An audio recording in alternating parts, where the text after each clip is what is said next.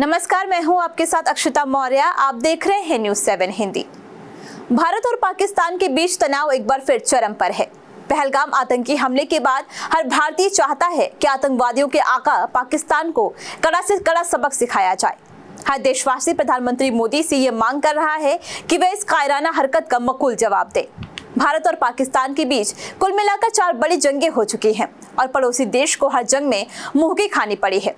1947-48 की जंग में पाकिस्तान का कश्मीर पर कब्जा करने का मंसूबा पूरा नहीं हो सका।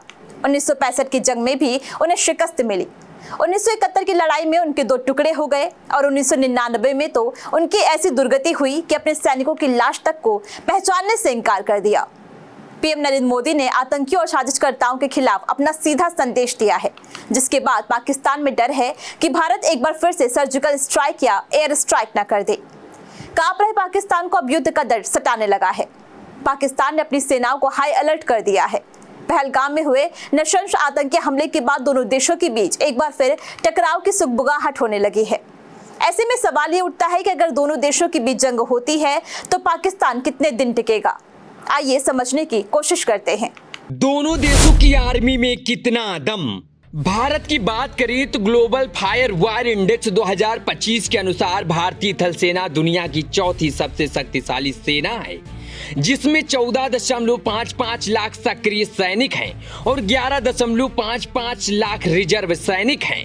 भारत के पास 4,614 टैंक, 1,51,248 बख्तरबंद वाहन हैं और 3,243 खींची जाने वाली आर्टिलरी हैं। भारत की पैरामिलिट्री फोर्स में 25.27 लाख जवान हैं, जो आंतरिक और बाहरी दोनों खतरों से निपटने में सक्षम हैं। वहीं अगर पाकिस्तान की बात करें तो थल सेना में 6.54 लाख सक्रिय सैनिक हैं और लगभग 5 लाख रिजर्व सैनिक हैं, जो इसे दुनिया की 6ठी सबसे बड़ी सेना बनाता है। हालांकि इसके पास 3,742 टैंक, 50,323 बख्तरबंद वाहन और 750 सेल्फ प्रोपर्ड आर्टिलरी हैं। दोनों देशों की तुलना करें तो भारत की थल सेना संख्या बल, संसाधन और तकनीकी रूप से पाकिस्तान से काफी आगे है। समुद्र की लहरों पर है किसका राज। भारतीय नौसेना एक ब्लू वाटर नेवी है जो वैश्विक स्तर पर अभियान चलाने में सक्षम है। इसके पास 294 नौसैनिक प्लेटफॉर्म हैं, जिसमें 2 विमान वाहक पोत, 18 पनडुब्बियां, 14 डिस्ट्रॉयर और 300 एयरक्राफ्ट शामिल हैं। भारत की नौसेना हिंद महासागर में प्रभुत्व रखती है और परमाणु सक्षम पनडुब्बियां इसे रणनीतिक बढ़त देती हैं। पाकिस्तानी नौसेना एक ग्रीन वाटर नेवी है जो मुख्य रूप से तटीय रक्षा तक सीमित है। इसके पास 114 नौसैनिक जहाज, 8 पनडुब्बियां, 9 फ्रिगेट और 85 एयरक्राफ्ट हैं।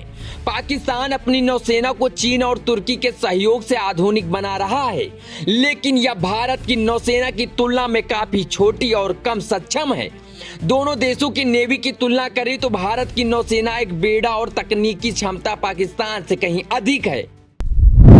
हवा में हुई लड़ाई तो कौन मारेगा बाजी। भारतीय वायुसेना के पास 2,229 एयरक्राफ्ट हैं, जिसमें 600 फाइटर जेट और 899 हेलीकॉप्टर और अत्याधुनिक एयर डिफेंस सिस्टम शामिल हैं। भारत की एयरफोर्स वैश्विक स्तर पर 4थे स्थान पर है और इसके पास early warning system, missile system जैसे आधुनिक उपकरण हैं। वहीं पाकिस्तानी एयरफोर्स के पास 1,434 एयरक्राफ्ट हैं, जिसमें 387 फाइटर जेट हैं और 57 अटैक हेलीकॉप्टर भी शामिल हैं। हालांकि संख्या बल और तकनीकी रूप से भारत से काफी पीछे है। पहली जंगों में भी भारत की हवाई ताकत के आगे पाकिस्तान ने घुटने टेक दिए थे। इसी तरह देखा जा रहा है कि भारत की वायुसेना की संख्या और तकनीकी श्रेष्ठता इसे हवाई युद्ध में बढ़त देती है। युद्ध में और क्या है निर्णायक कारक। दोनों देश परमाणु शक्ति संपन्न हैं। भारत के पास 172 और पाकिस्तान के पास 170 परमाणु हथियार हैं। भारत के पास 2 अधिक परमाणु हथियार हैं। भारत की अग्नि 5 मिसाइल और पाकिस्तान की शाहीन 3 लंबी दूरी तक मार करने वाली मिसाइलें हैं। परमाणु युद्ध की स्थिति में दोनों देशों को भारी नुकसान होगा, जिससे पूर्ण युद्ध की संभावना कम है। आर्थिक स्थिति की बात करें तो भारत की जीडीपी पाकिस्तान के मुकाबले 10 गुना है। ऐसे में पाकिस्तान की कमजोर अर्थव्यवस्था उसे लंबी जंग की इजाजत नहीं देती है। साथ ही पाकिस्तान को जहां चीन और कुछ हद तक तुर्की से समर्थन मिल सकता है, वहीं भारत के साथ दुनिया के तमाम देश हैं। हालांकि दोनों देशों की लड़ाई में बाहरी हस्तक्षेप की संभावना कम ही जताई जा रही है। पाकिस्तान की सैन्य क्षमता भारत की तुलना में कम है, खासकर अगर लड़ाई लंबी चली तो। 1971 की जंग में जब भारत ने पूर्वी और पश्चिमी दोनों मोर्चे पर हमला किया था तो पाकिस्तान ने 13 दिनों में सरेंडर कर दिया था और उसके 2 टुकड़े हो गए थे। मौजूदा समय की बात करें तो पाकिस्तान की सीधी लड़ाई 13 दिनों तक टिकना भी मुश्किल लगता है। एक्सपर्ट्स का मानना है कि 2 से 3 हफ्ते की जंग पाकिस्तान को पूरी तरह बर्बाद कर सकती है। इस तरह देखा जाए तो एक सैन्य शक्ति के रूप में पाकिस्तान और भारत का कोई मुकाबला ही नहीं है।